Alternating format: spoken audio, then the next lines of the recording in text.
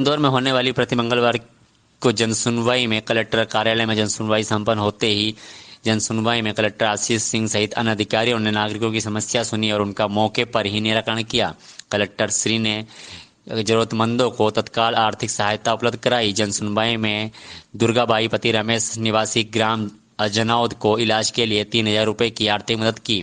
इसी तहत खातूना बी और भगवंती बाई 5,000 और 3,000 रुपये मंजूर किए। एक अन्य जरूरतमंद कृष्ण कुमार को भी 5,000 रुपये की मदद की। जनसुनवाई में अपर कलेक्टर गौरव बेनल, जिला पंचायत के मुख्य कार्यपाल अधिकारी सिद्धार्थ जैन सहित अन्य अधिकारियों ने नागरिकों की समस्याओं को सुना। अधिकांश प्रकरण संपत्ति विवाद, घरेलू विवाद आदि के थे। इनके निराकरण की समस्या समय सीमा तय कर अधिकारियों को सकारात्मक निराकरण के लिए निर्देश दिए गए हैं। देखिए, जनसुनवाई में आज कई सारे जो आवेदक हैं वो आए हैं और जैसा कि हमेशा होता है कि कई सारे लोगों को मौके पर ही समस्या का समाधान दूरभाष पर संबंधित अधिकारियों को निर्देश देके किए गए हैं। कई सारे आर्थिक सहायता से भी प्रकरण से संबंधित भी आए हैं और उनको तत्काल रेड क्रॉस से आर्थिक सहायता भी करी गई है, प्रदान करी गई है। और इसके साथ साथ जो दिव्यांगों की जनसुनवाई है वो ग्राउंड फ्लोर पर वो भी करी गई है। हमारी जो एकल खिड़की है जो खासतौर पर दिव्यांगों के लिए हम लोगों ने पिछली बार स्टार्ट करी थी, वो भी भली भांति चल रही है। कोशिश करी जाती है कि सभी आवेदकों की मौके पर ही समाधान हो जाए, उनको दोबारा आने की आवश्यकता ना। महिला कमजोर से आई थी, किसी नगर निगम ने उसका मकान तोड़ दिया बिना नोटिस दिए। जी हाँ, लेकिन नोटिस उनके द्वारा दिखाई गई है, नगर निगम के द्वारा नोटिस दी गई है, उसके बाद ही तोड़ने की कार्रवाई करी गई। प्रथम दृष्टया जो प्रमाणित हो रहा है, बाकी नगर निगम कमिश्नर को जांच के लिए भेजा गया। लगातार जी, जैसे कि आप मीडिया कर्मी हमेशा देखते हैं कि आशा कार्यकर्ता आंदोलन करती आई है काफी लंबे समय से। सैकड़ों की संख्या में ज्ञापन पूर्व मुख्यमंत्री जी को दिए, पूर्व कलेक्टर महोदय जी को दिए, पूर्व एसडीएम वगैरह को दिए, हमने सीएमएचओ को दिए, परंतु आज तक भी आशा कार्यकर्ता का कभी भी पूर्ण भुगतान जो कि वाउचर का बनता है वो आज तक नहीं दिया गया है।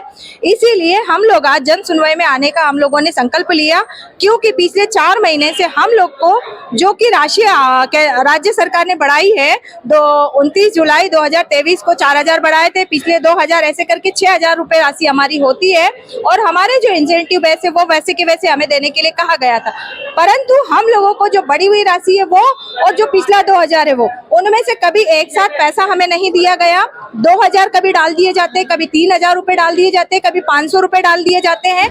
पूरी आशा कार्यकर्ताओं ने अपने बैंक स्टेटमेंट निकलवाए हैं। डिपार्टमेंट हम लोगों के लिए एक पीडीएफ शेयर कर रहे हैं कि आशा कार्यकर्ताओं को इतना इतना पैसा दिया जा रहा है। किसी पीडीएफ में किसी आशा का 20,000 दिखाया जा रहा है, किसी का 15,000 रुपए दिखाया जा रहा है, किसी का 30,000 तक दिखाया जा रहा है, परंतु वह राशि ना आज तक किसी आशा कार्यकर्ता के खाते में आई है और ना डिपार्टमेंट ने दिया है। पिछले 3 महीने से 2-2 हजार रुपए दिए जा रहे हैं। पिछली 7 मदों की राशि जो दी जाती है राज्य सरकार की ओर से, वह राशि भी नहीं दी जा रही। कहा जा रहा है बजट नहीं है। पिछले जुलाई से लेके अभी तक ये लोग सिस्टम में अपडेट कर रहे हैं, अपडेट करके हमें 4 महीने डिले करके हमें पैसा दिया गया है, परंतु अभी 2-3 महीने से सिर्फ 2,000 रुपए डाल दिए जाते, फिर 4,000 रुपए डाल दिए जाते और 7 मदों की राशि उसमें नहीं दी जाती है।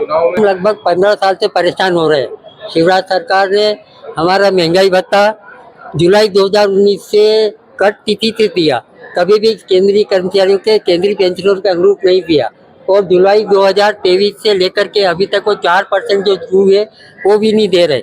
ये और धारा 49 भी खत्म नहीं कर रहे। धारा 49 के कारण भी हम परेशान हो रहे हैं। उसमें सहमति का कोई प्रावधान नहीं है, फिर भी सहमति के लिए अटका रहे। इसके अलावा काल्पनिक वेतन निर्धारण का एक प्रश्न है।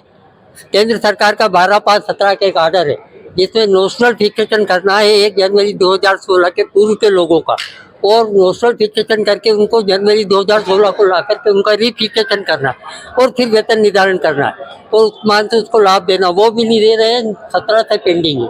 इसके अलावा 32 महीने का एरियर है 1 जनवरी 2006 से लेकर 31 अगस्त 2008 तक का, वो भी सरकार नहीं दे रही है, जबकि सरकार ने गजट नोटिफिकेशन करा गजट नोटिफिकेशन के बावजूद भी नहीं दे रहे। इसी प्रकार से 1 जनवरी 2016 से लेकर के 31/3/18 तक का 27 महीने का एरियर भी सरकार खा गई हमारा। इसके अलावा हेल्थ के मामले में सरकार ने जो पॉलिसी तय करी है उसमें हमें कोटवारों से भी गया बीता समझा, मतलब बुजुर्ग पेंशनरों को मरने के लिए छोड़ दिया कि तुम मर जाओ, तुम्हारे लिए कोई सुविधा नहीं है।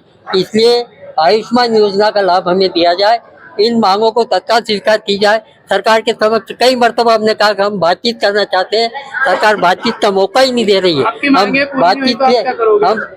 आपकी मांगे अगर पूरी नहीं अभी तो ये आचार संहिता लग जाएगी, आचार संहिता चुनाव हो जाएगा लोकसभा का, उसके पश्चात हम आंदोलन फिर करेंगे। आपका नाम? श्याम जोशी, प्रांत अध्यक्ष, प्रमुख पेंशनर एसोसिएशन। ये प्रमुख पेंशनर एसोसिएशन और जो विभिन्न और पेंशनर एसोसिएशंस हैं जैसे विद्युत मंडल और नगर निगम, उनके द्वारा ये ज्ञापन दिया गया है। इसमें जो छठे वेतन आयोग और जो सातवां वेतन आयोग है उनके जो बेनिफिट्स हैं वो पेंशनर एसोसिएशन और जो इनके सदस्य हैं उनको दिए जाएं, और आयुष्मान भारत जो योजना है उसके लाभ के बारे में भी ये मांग की गई है। तो इस तरह से कुल 6 बिंदुओं पर मांग इनके द्वारा ज्ञापन में दी गई है, जो कि माननीय कलेक्टर महोदय के माध्यम से माननीय मुख्यमंत्री महोदय को भेजी जाएगी। कल्याणी पांडे, एसडीएम बिचौलिया से। मेरा मकान खंडवा नाके की सिद्धि विनायक कॉलोनी में मेरा मकान था, अब तो है नहीं था। मतलब 200 से 300 घर बने हुए हैं वहाँ पे पहले से, और अभी करीबन 10 से 20 घर और बन रहे हैं।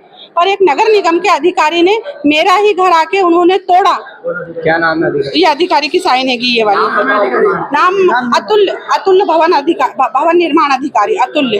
क्यों तोड़ा? वो नहीं पता हमको को क्यों तोड़ा। एक इंसान, एक कॉलोनी वाले ने कॉलोनी काटी है, उसमें 100 फीट की दीवार थी, तो 100 फीट की दीवार हटाने के लिए उस कॉलोनी ओनर ने उसको करीबन लाखों रुपए की रिश्वत दी। उस रिश्वत वो दीवार तोड़े सही है, पर मेरा घर क्यों तोड़ा मुझे ये समझ में नहीं आ रहा है। पेपर किसके नाम से? मेरे नाम से है। उसी वही घर में मेरी माँ का भी घर है, मेरी माँ के पास भी रजिस्ट्री